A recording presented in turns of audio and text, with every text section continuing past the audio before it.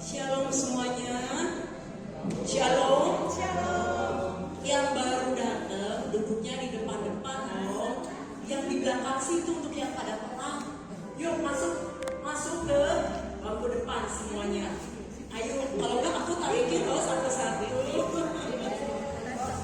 Ayo Prisna, Lovisa, ayo Roseno. Di depan yuk, nomor 2 dari depan itu. Nanti yang duduk di depan, nanti aku bilang BHR-nya lebih gede. Aku bilang panitia.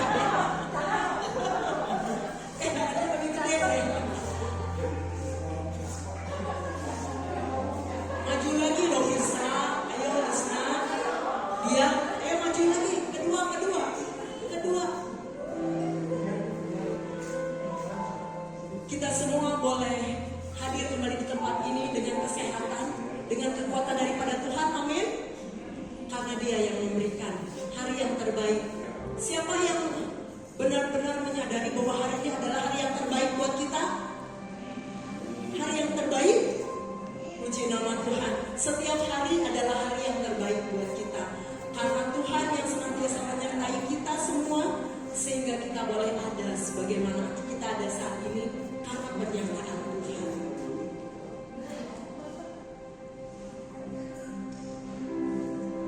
Hidupku ada di tangan-Mu, Kau beri rancangan yang terindah.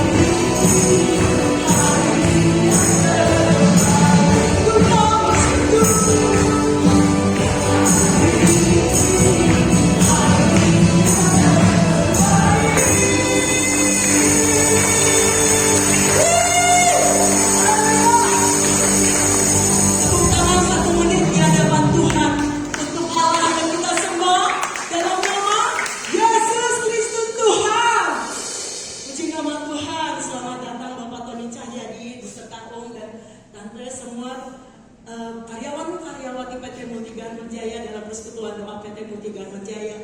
Kita percaya bait Allah di tempat ini, ada Yesus di tengah-tengah kita. Mari kita datang ke baitnya dengan hati yang bersyukur. Dengan halamannya dengan puji-pujian. Bersyukurlah kepada Tuhan. Sebagai baik. Haleluya.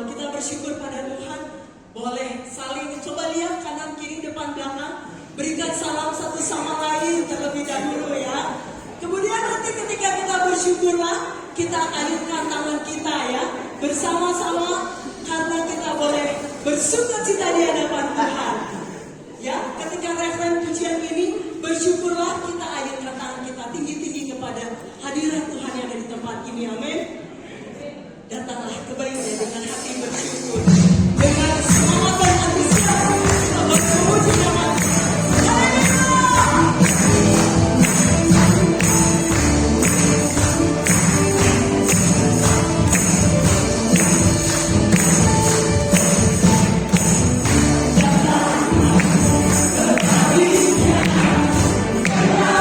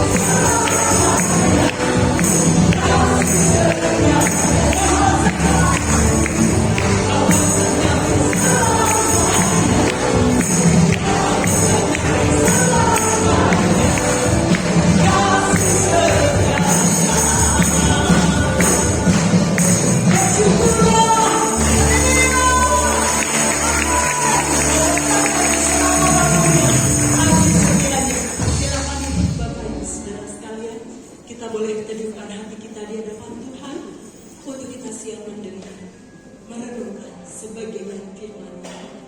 Apa yang menjadi tujuan hidup kita? Selain kita boleh menyembah, menjadi penyembah-penyembah Tuhan yang menyembah dalam roh dan kebenaran, yang memuliakan nama Allah seumur hidup kita. Engkau yang mengetahui hati Tuhan.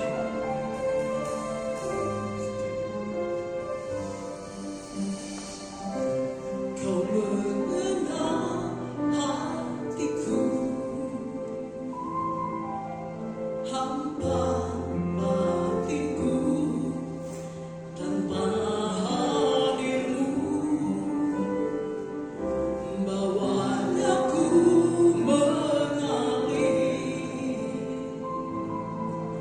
berlabuh jalan hangatnya kasih-Mu,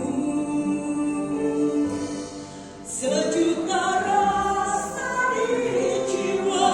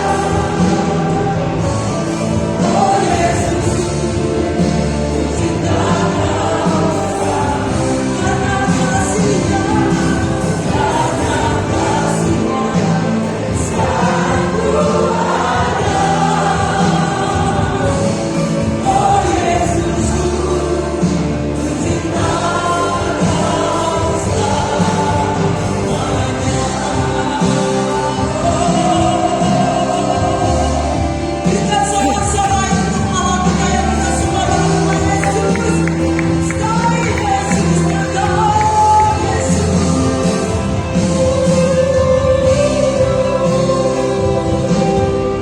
Karena kasih-Mu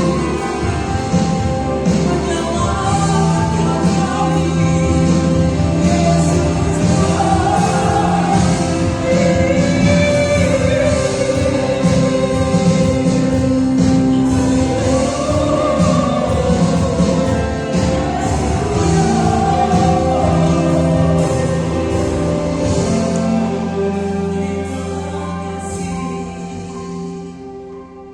Haleluya Lord.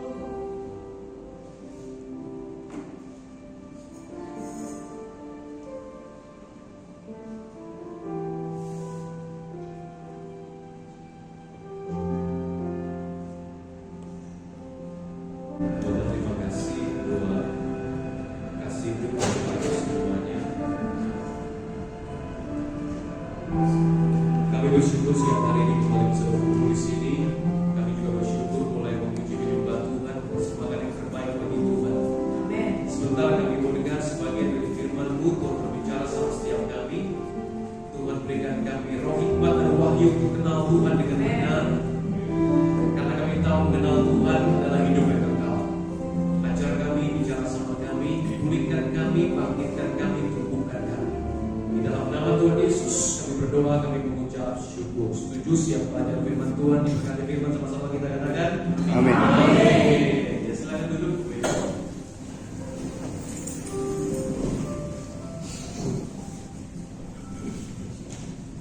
Cek, tes satu dulu.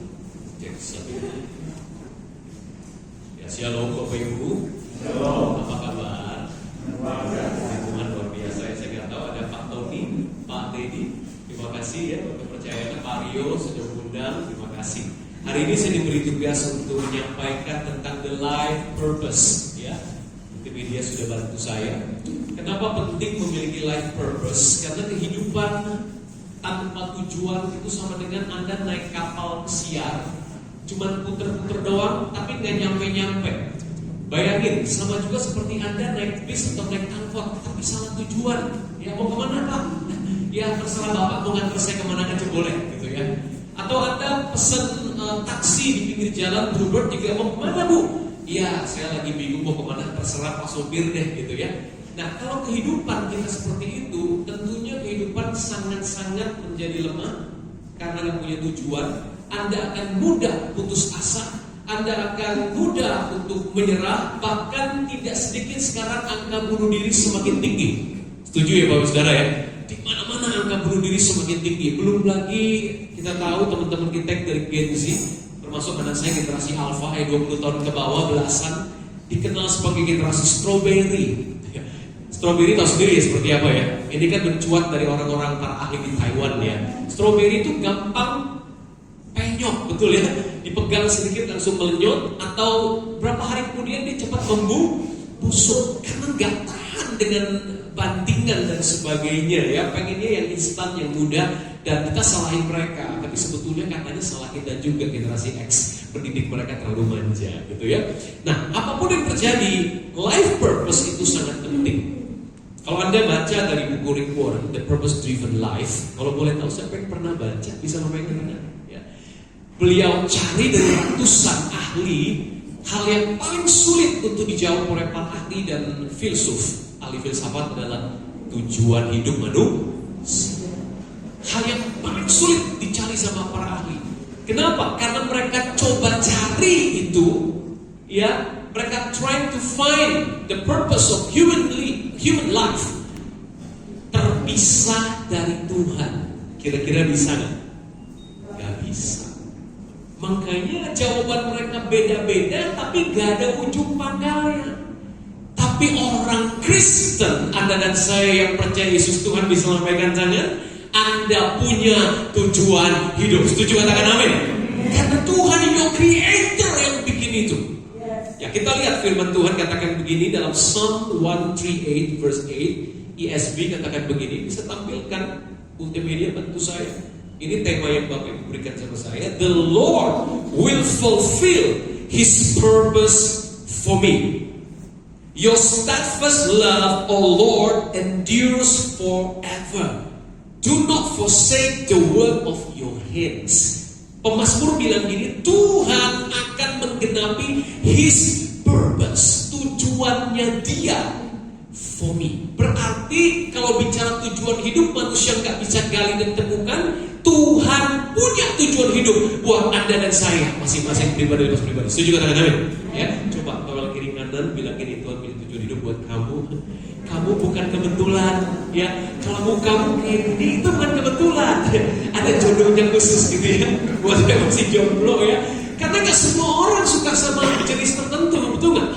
Ya, demikian juga dengan job Anda, passion Anda, talenta Anda ya. Nah, Bapak Ibu, Tuhan akan memenuhi. Ini yang indah berita kabar baik. Dia bukan cuma punya purpose buat Anda, the Lord will fulfill. Artinya Dia akan menggenapi tujuannya, His tuh Dia buat Anda. Nah, ada orang nggak tahu, nggak kenal Tuhan, dia bikin tujuan hidup sendiri dengan kekuatan sendiri. Dia pikir dia mencapai sukses, dia berhasil tanpa melibatkan Tuhan. Di mata Tuhan itu semua kosong besar. Hati manusia tetap hampa kalau bukan Tuhan yang taruh tujuan, panggilan, passion di hatinya untuk dicapai. Mengerti katakan amin? Ya, makanya the Lord, only the Lord, your Creator. Bahkan ketika Adam and Eve fail, jatuh dalam dosa, Tuhan gak habis akal. Dia bilang dia tetap akan fulfill. Dia sediakan Yesus menebus dosa Adam dan keturunannya Anda dan saya. Katakan amin. Karena the Lord will fulfill His purpose buat hidup Anda dan saya. Why? Di sini dikasih sebuah alasan. Kenapa Tuhan mau fulfill? Dari kejatuhan Adam aja dia sediakan Yesus menebus dosa. Kita bisa melihat alasannya adalah your steadfast love, oh Lord, endures forever.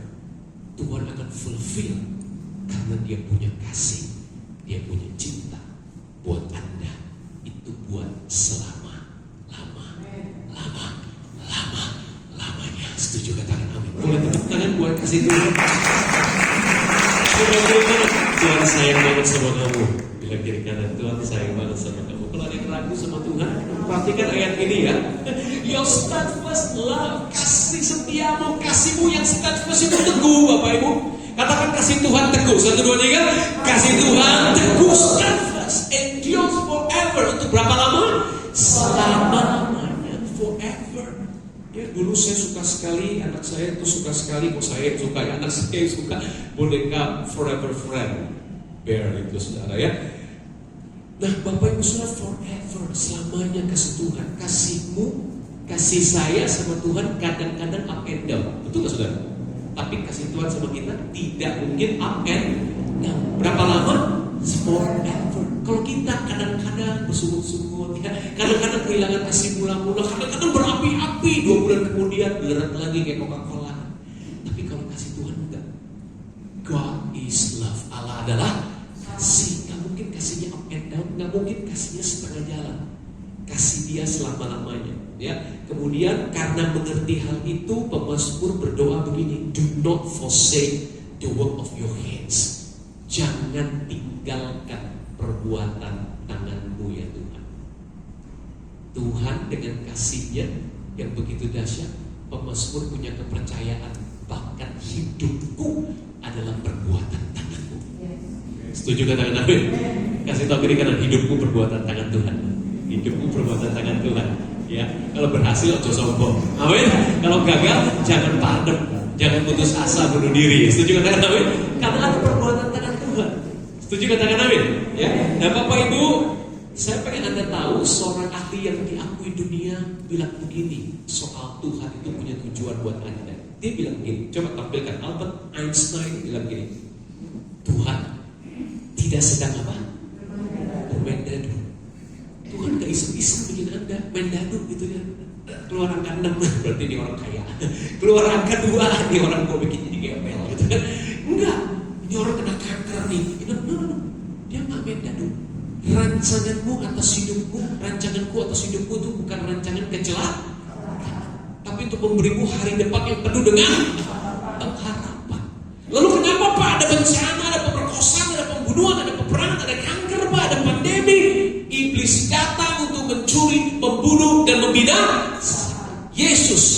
Yesus datang memberimu hidup dalam segala kelimpahan. Saya nggak bilang, saya nggak jadi semua Anda kaya raya secara materi, dong. Tapi Anda tidak akan kekurangan karena Tuhan adalah gembalaku. Takkan kekurangan aku. Setuju, katakan amin. Pemeliharaan Tuhan itu pasti. Soal berapa level kaya itu bukan urusan kita. Tuhan yang bisa atur kapasitas kita dan kepercayaan untuk dia percayakan.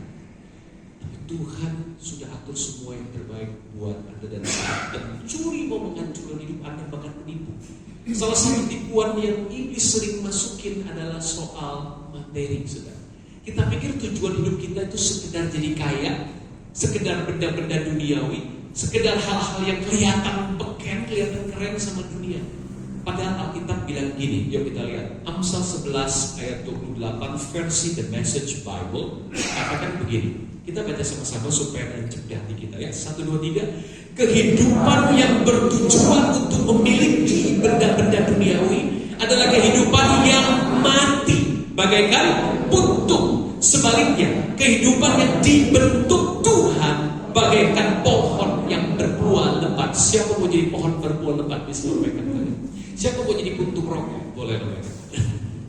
Karena mau jadi puntung rokok. Tapi kadang-kadang sikap hidup kita kayak puntung. Yang kita kejar, kita pikir tujuan hidup itu kalau saya lebih kaya lagi, kalau saya punya mobil lebih mewah lagi, kalau handphone saya iPhone 16 walaupun dilarang masuk, kita kejar hal itu. Padahal itu gak usah dikejar, karena dia bisa datang sendiri. Kalau Anda cari dulu kerajaan Allah dan kebenarannya. Setuju, katakan amin ya. Dan bagian kita beda-beda, belum tentu sama kayak dia. Kok bagiannya iPhone 16 Pak? Ayah saya handphone udah 15 tahun, jangan lupa bentuk. Lempar kucing juga gak mati Pak. Tuhan tahu yang terbaik buat kita, tapi kita perlu tahu lebih dulu tujuan yang Tuhan mau buat kita itu apa. Yang mau cari tujuan hidup dari Tuhan bisa katakan amin. Apa tujuan hidup Tuhan buat kita? What is the life purpose yang dari Tuhan, yang dia janji He's going to fulfill His plan on your life? Number 1, ada 5. Yang ke-1, dengan cepat saja, Anda diciptakan. Next slide. Anda diciptakan untuk apa? Kesenangan Tuhan. Tuhan bukan gak ada kerjaan, saudara. Sukacita Tuhan. Karena God is love, Allah adalah kasih. Dia pengen manusia segambar serupa dengan dia, mendisplay, menjadi cetakan dia, gambaran rupa dia. Dan itu memuaskan dia. Setiap makhluk dengan akal budi, dengan roh jiwa tubuh akan puas dengan hasil karyanya. Setuju katakan amin? Ada nggak di sini yang nggak puas dengan hasil karyanya? Ya apapun itu. Berarti ada something wrong. Kita sedang stres, jangan-jangan sedang depresi gitu ya. Tapi setiap kita yang diberi talenta tertentu, talenta masak, dia akan paling puas kalau bikin masakan yang bagus. Ibu bisa masak? Senang nggak kalau masak sesuatu? Apalagi kalau yang menikmati bilang enak, asik nggak Bu? Mantap ya. Yang senang nyanyi juga gitu kan. Sesuatu yang Tuhan kasih, dan pribadi Tuhan sangat super. Dia ciptakan kita untuk kesenangan dia, sehingga kita pun bisa menikmati sukacita dalam hubungan dengan dia.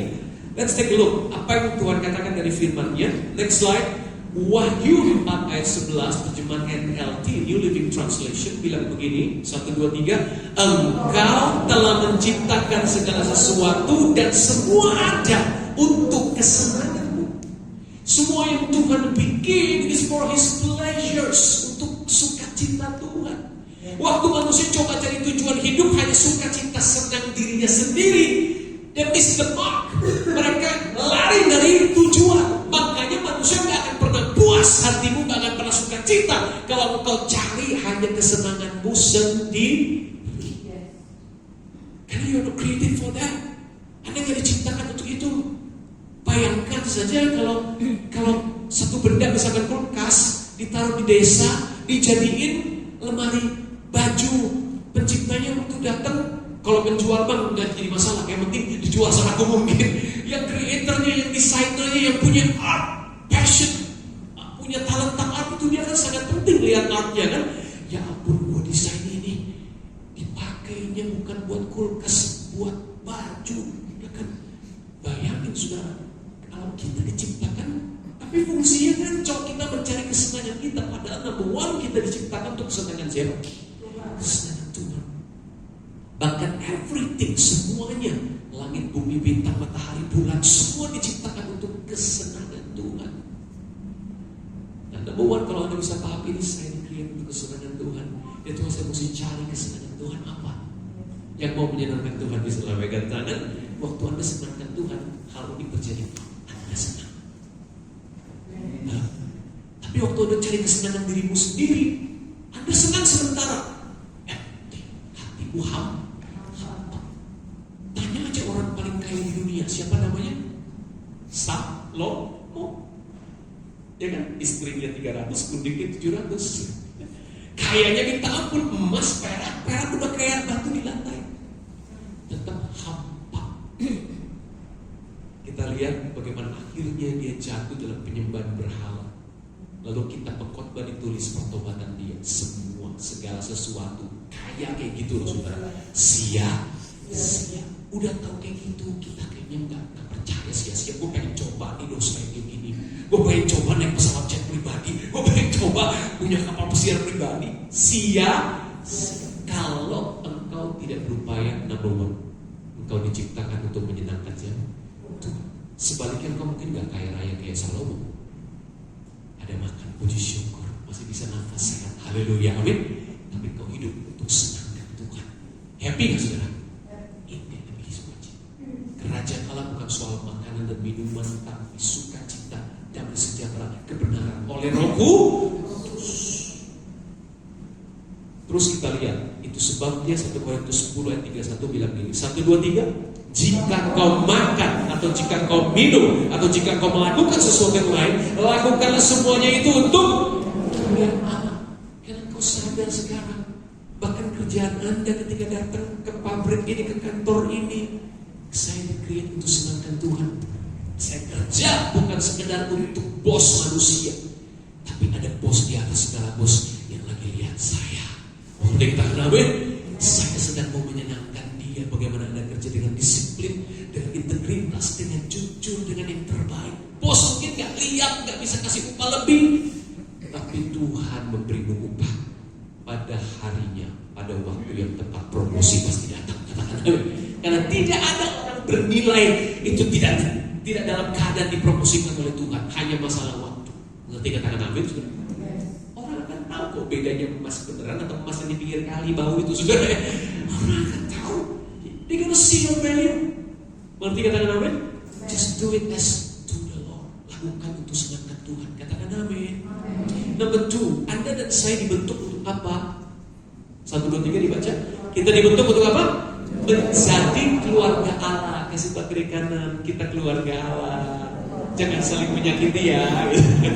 Saling mengasihi ya. Keluarga seiman. Amin Bapak Saudara. Ya, Efesus 2 ayat 19 bilang gini. Yuk kita baca 1, 2, 3. Demikianlah kamu bukan lagi orang asing dan pendatang, melainkan kawan sewarga dari orang-orang kudus dan anggota-anggota keluarga Allah. Jadi saya anggota Anda anggota ibu-ibu, anggota bapak-bapak, anggota yang di belakang, anggota sejati, sampingnya lagi, anggota tubuh. Yang paham katakan amin? Ketika Anda sadar bahwa ini salah satu tujuan Allah create Anda, perhatikan, banyak orang salah komunitas, hidupnya hancur. Ada satu anak muda, karena dia depresi, dia ada dalam komunitas yang salah. Ada 100-an orang teman chat dia di grup, saya lupa grup apa, Discord, ada yang baru yang namanya Discord atau apa ya. Dan kemudian dia tanya orang, saya pengen bunuh diri, menurut kalian gimana? Dia bikin, kan bisa bikin pilihan ya. 75% bilang, sok gue bunuh diri.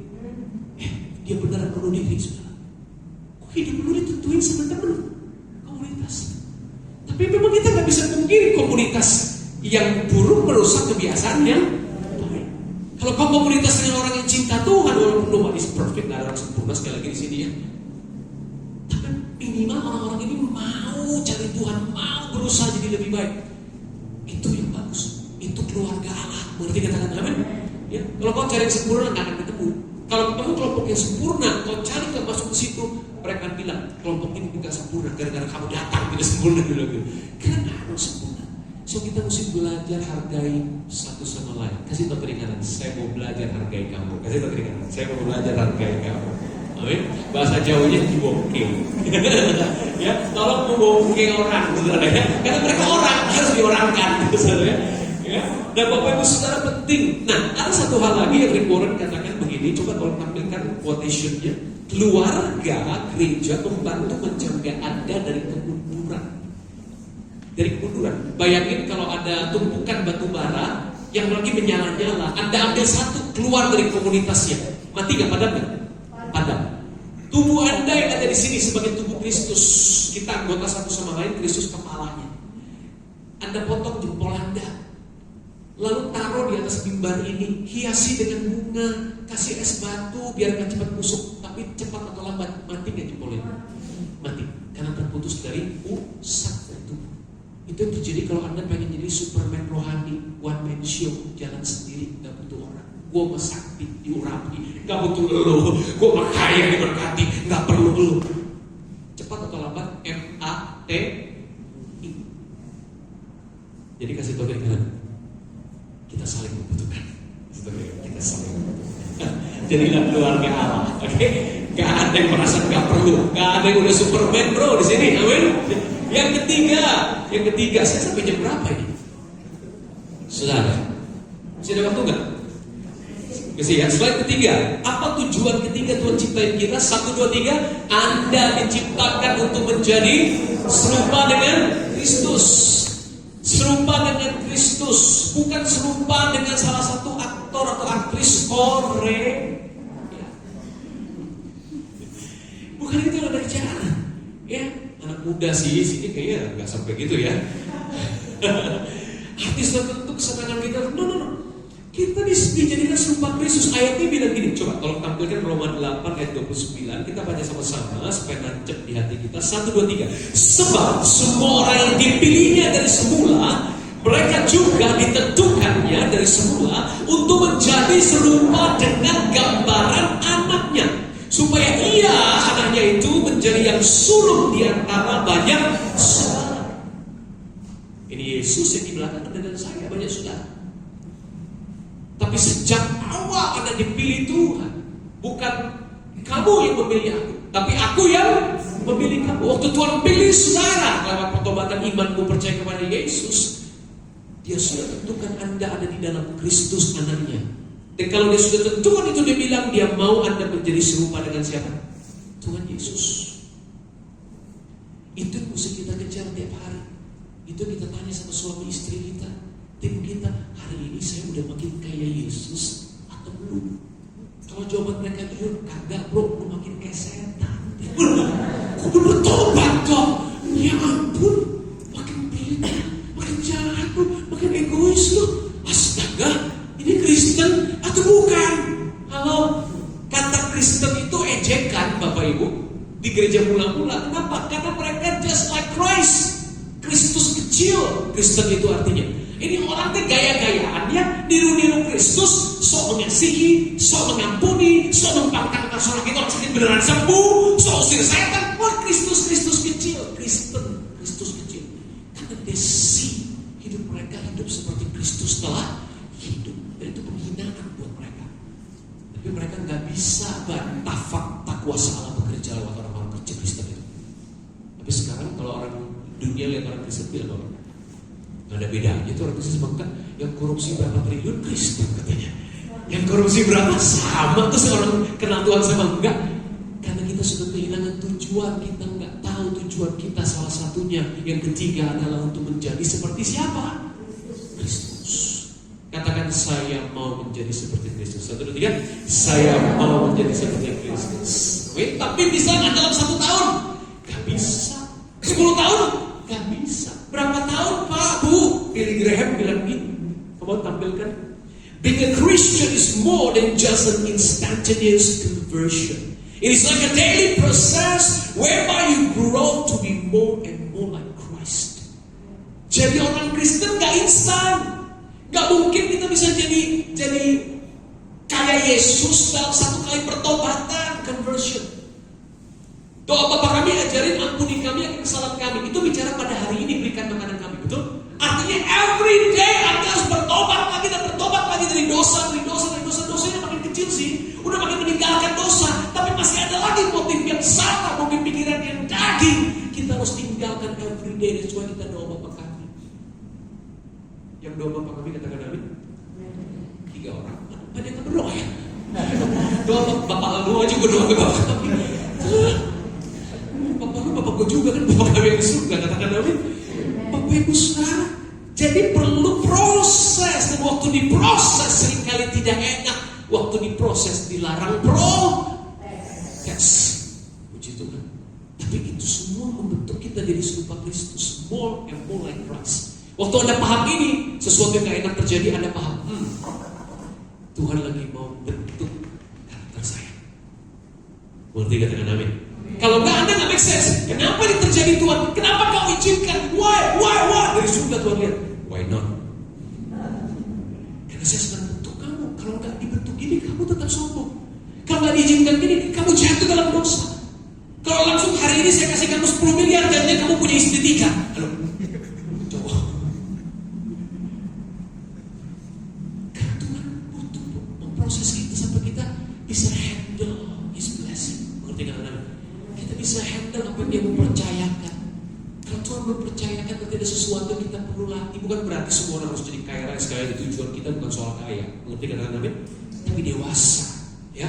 Yang keempat, Anda dan saya dibentuk untuk apa?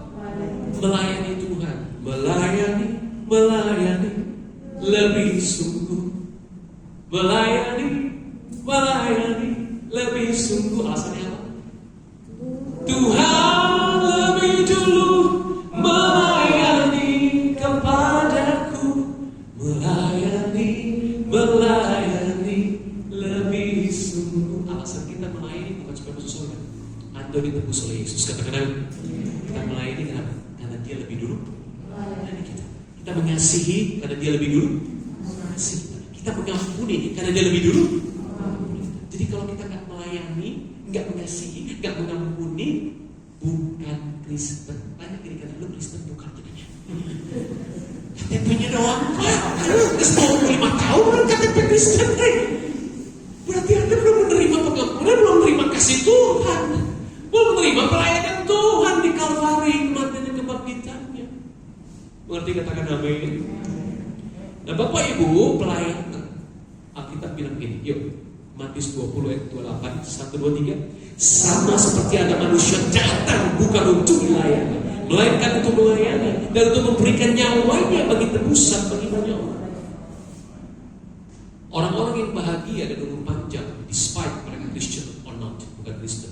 Di negara-negara blue zone, umur panjang di Eropa, di Singapura, mereka punya aktivitas dan kumpulan sosial di mana mereka tetap aktif melayani satu sama lain secara sosial. Tapi orangnya cuma diam aja di sendirian aja, you know. Karena manusia memang di-create untuk melayani. Melayani Tuhan berarti melayani sesamanya. Setuju katakan amin? Tuhan gak kelihatan. Gimana lo melayani Tuhan yang gak kelihatan? Yang kelihatan tuh orang miskin di pinggir jalan, di mana.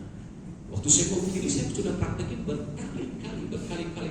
Bukan untuk kesombongan tapi supaya saya tahu kalau saya mengajar saya sudah lakukan lebih dulu.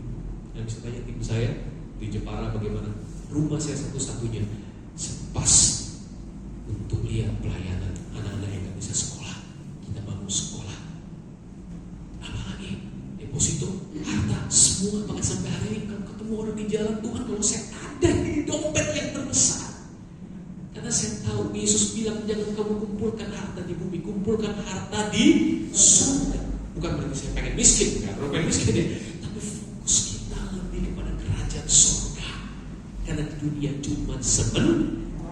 Nah, bicara pelayanan, Bapak Ibu punya namanya shape. Kalau tampilkan, Anda cari sendiri apa shape Anda. What is your spiritual gift? Supaya pelayananmu efektif. Ada tesnya, Anda bisa ikuti di setiap gereja Anda. Heart. What is your passion? Tuhan kasih apa? Calling, panggilan, beban di hati Anda. Kalau Anda bilang, Pak, saya paling kasih dari orang miskin. That's your age. Itu hak Anda. What is your abilities?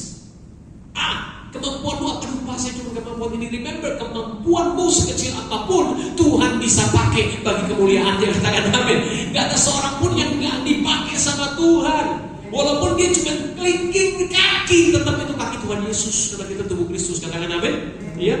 Perhatikan apalagi your personality.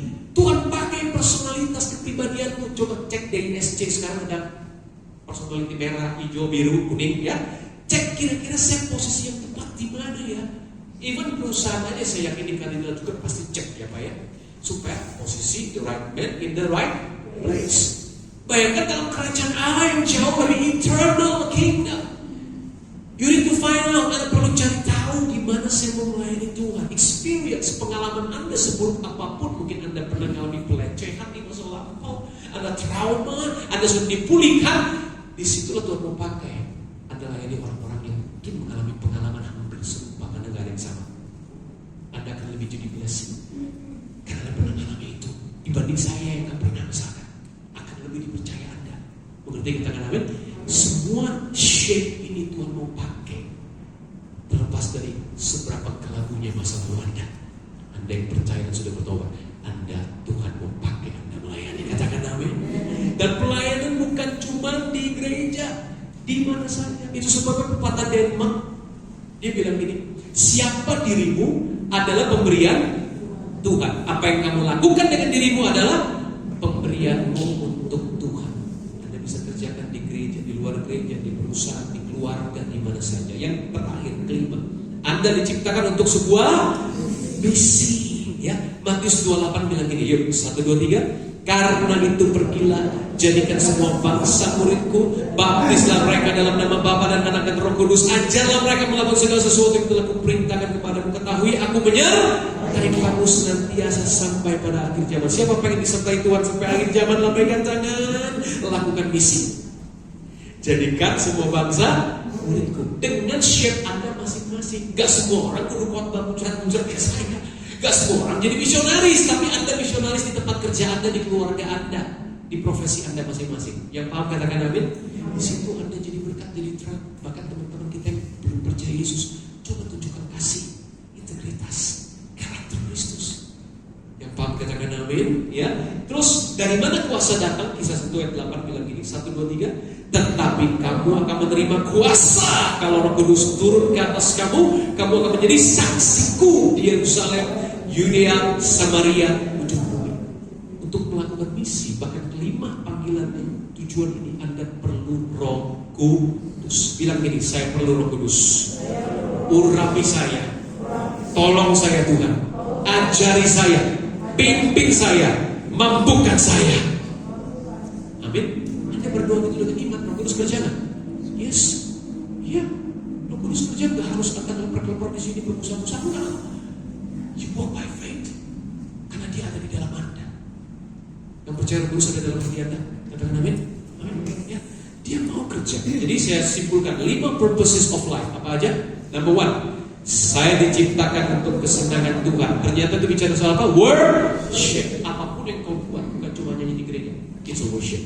It's an act of worship. Kalau kau mau hidup kesenangan Tuhan, itu sudah penyembahan. Gak harus suaramu bagus dan merdu. Oke?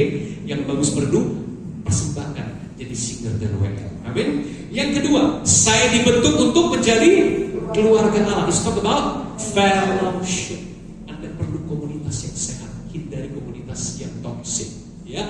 Yang ketiga, saya diciptakan untuk menjadi serupa dengan Kristus. Ini bicara soal apa? Discipleship. Jadikan semua bangsa murid, kita jadi murid dulu. Ya. Yang keempat, saya dibentuk untuk melayani Tuhan. Ministry. Ministry Anda bisa di mana saja, kapan saja. Ya. 5, saya diciptakan untuk sebuah misi evangelism tadi. Jadikan segala bangsa muridku. Ya. Saya tutup dengan gambar ini, Bapak Ibu. Anda tahu gambar apa ini? Next. Gunung sukses. Yang orang lihat biasanya cuma yang di atas iceberg. Anda tahu iceberg ya? Yang bikin Titanic tabrak. Mereka cuma lihat atasnya, nggak lihat bawahnya kan? Karena lambung bawah kapal sobek. Nah, atasnya ini orang lihat kamu berhasil, kamu hebat, kamu luar biasa. Tapi untuk mencapai itu ada bagian yang kalian nggak tahu, yang orang lain nggak tahu, bagian bawahnya. Bawahnya itu ada pain, ada failure, kegagalan, ada perseverance, daya tahan, ada dedication. Ada disappointment, berapa kali engkau harus dikecewakan orang, ya kan? Ada good habits, disiplin yang kau harus latih dan bangun. Ada fokus, ada consistency, ada hard work, ada sacrifice, ada flexibility. Bagaimana Anda melatih menjadi fleksibel? Itu yang mungkin orang gak lihat. Termasuk kalau saya bicara soal rohani, ada doa air matamu yang orang gak lihat, yang kau puasa, yang kau gak tunjukin sama orang.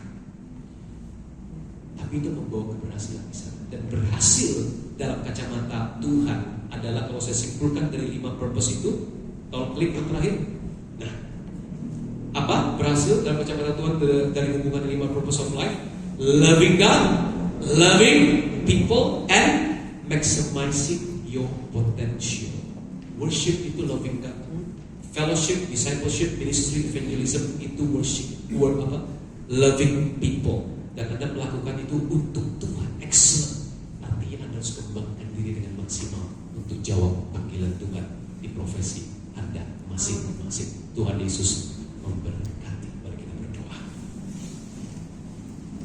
Bapa di surga, terima kasih. Siang ini hamba-Mu menyelesaikan sebuah renungan tentang purpose of life.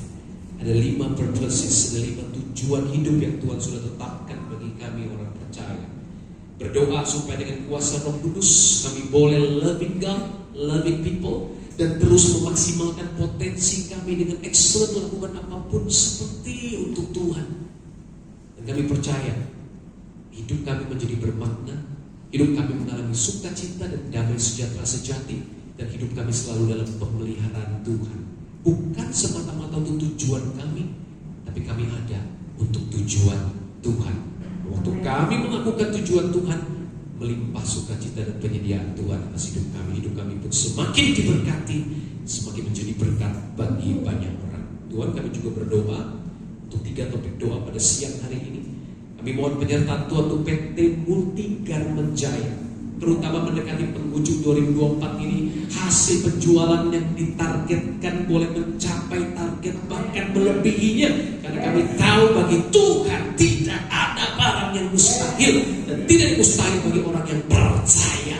Dan kami berdoa para pimpinan perusahaan senantiasa diberikan roh hikmat, marifat, wahyu, kecerdasan, ketajaman dalam memimpin PT Multigar Menjaya, terutama untuk Pak Tony, Pak Teddy, Andrew, Shirley, dalam membuat kebijakan-kebijakan dan keputusan yang membuat perusahaan semakin baik.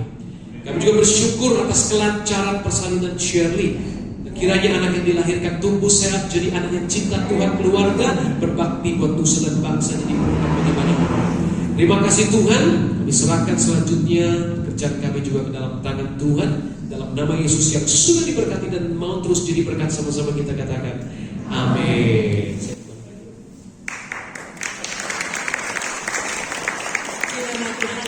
Semua diberkati oleh Tuhan melalui firman-Nya. Ada sukacita semuanya. Puji nama Tuhan. Atas nama direksi dan pengurus persekutuan doa PT Multigar Menjaya, kami mengucapkan terima kasih kepada Pastor Yogi dari GBI Aruna yang boleh menjadi berkat bagi kita semua dalam pemberitaan firman Tuhan. Pada tanggal 22 November 2024, 2 minggu kemudian, yang akan dilayani oleh Pastor Willy. Dan kita semua boleh sama-sama berdoa ya, walaupun tidak kita persekutuan di tempat ini, tetapi kita tetap berdoa untuk PT Multigar Menjaya, target-target perusahaan boleh tercapai menjelang akhir tahun, dan Tuhan Yesus menyertai seluruh bidang, terutama untuk Bapak Tony Cahyadi beserta dengan seluruh direksi. Terima kasih untuk kehadiran Bapak Tony Cahyadi, juga Om dan Tante semua. Puji nama Tuhan, kita bersukacita boleh dapat hadir satu keluarga Allah ya Om ya di tempat ini ya, bukan hanya sebagai keluarga, tapi keluarga Allah di PT Multigar Menjaya. Puji nama Tuhan. Terima kasih juga untuk setiap doa yang boleh dinaikkan untuk Shirley. Kita bersyukur sama-sama pada minggu lalu Shirley telah melahirkan dengan selamat. Puji nama Tuhan. Cucu pertama ya Om ya. Puji nama Tuhan. Sama berarti Pak Tony juga cucu pertama. Luar biasa, seorang putra yang luar biasa hebat. Puji nama Tuhan. Kita berdoa supaya Tuhan memberikan kesehatan, kekuatan bagi keluarga inti ini. Puji nama Tuhan untuk Syari dan Abraham yang bersukacita. Puji nama Tuhan untuk besok MGJ Ministry akan mengadakan pelayanan kunjungan ke panti rehab rumah pemulihan Adelphos di Cipatu Indah. Saudaraku yang ingin bergabung boleh menghubungi Bang Ramona Tarigan, menghubungi juga untuk Ko Indra, boleh menghubungi untuk kita bergabung sama-sama di dalam pelayanan misi untuk Multigar Menjaya. Dalam MGJ Ministry kita akan ada pelayanan keluar ke panti rehab, panti asuhan, panti jompo, tapi kita fellowship bersama-sama di tempat ini 2 minggu sekali ya dalam persekutuan doa. Puji nama Tuhan, kita boleh memberikan yang terbaik di hadapan Tuhan. Setelah kita juga banyak diberi oleh Tuhan melalui firman Tuhan, saatnya kita boleh memberikan persembahan syukur kita yang boleh kita berikan pada Tuhan. Kita tundukkan kepala dan berdoa. Terima kasih Tuhan untuk firman-Mu yang boleh membukakan iman mata rohani kami. Seperti apa tujuan hidup kami Tuhan, untuk menyenangkan hati Tuhan, menjadi keluarga Allah, melayani Tuhan, menjadi serupa dengan Kristus, dan menjalankan sebuah misi sehingga amanat agung Kristus boleh dituntaskan melalui kami semua di bidang kami masing-masing. Terima kasih Tuhan, saatnya kami boleh memberikan persembahan syukur kami sebagai tanda kami juga boleh mengasihi Tuhan dengan segenap apa yang ada pada kami. Terimalah persembahan syukur kami dengan sukacita, karena sukacita kami hanya ada di dalam-Mu, dan dunia tidak dapat memberikan. Tetapi Engkaulah yang senantiasa memberikan tujuan hidup kami, untuk kami menjadi berkat bagi sesama kami. Engkaulah sukacita kami Tuhan. Dan hanya di dalam nama Tuhan Yesus Kristus kami berdoa dan bersyukur. Kita semua akan percaya sama-sama, katakan amin. Silakan memberi. Tuhan Yesus memberkati kita semua. Mari kita bersukacita di hadapan Tuhan, karena Dialah sumber sukacita kita. Amin.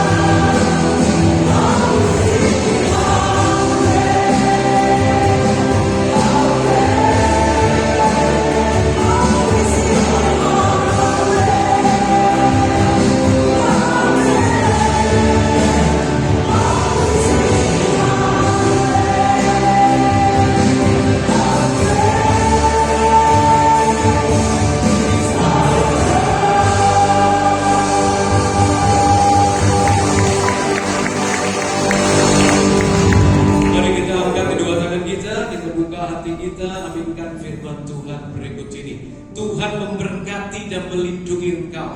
Tuhan menyinari engkau dengan wajah yang memberimu kasih karunia. Tuhan menghadapkan wajahnya kepada engkau dan memberimu damai sejahtera.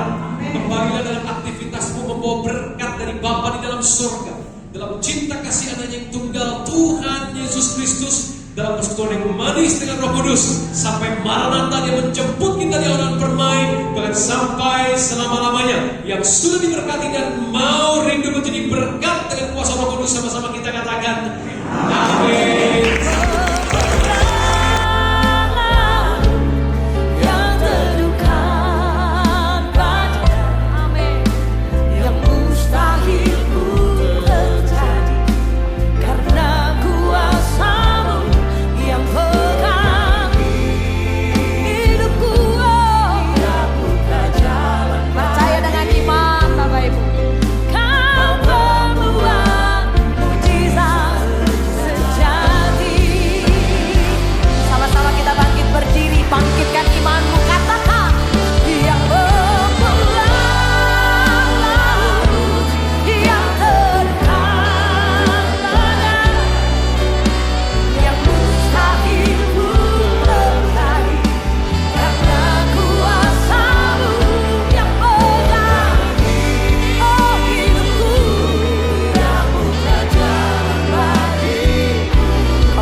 Mujizat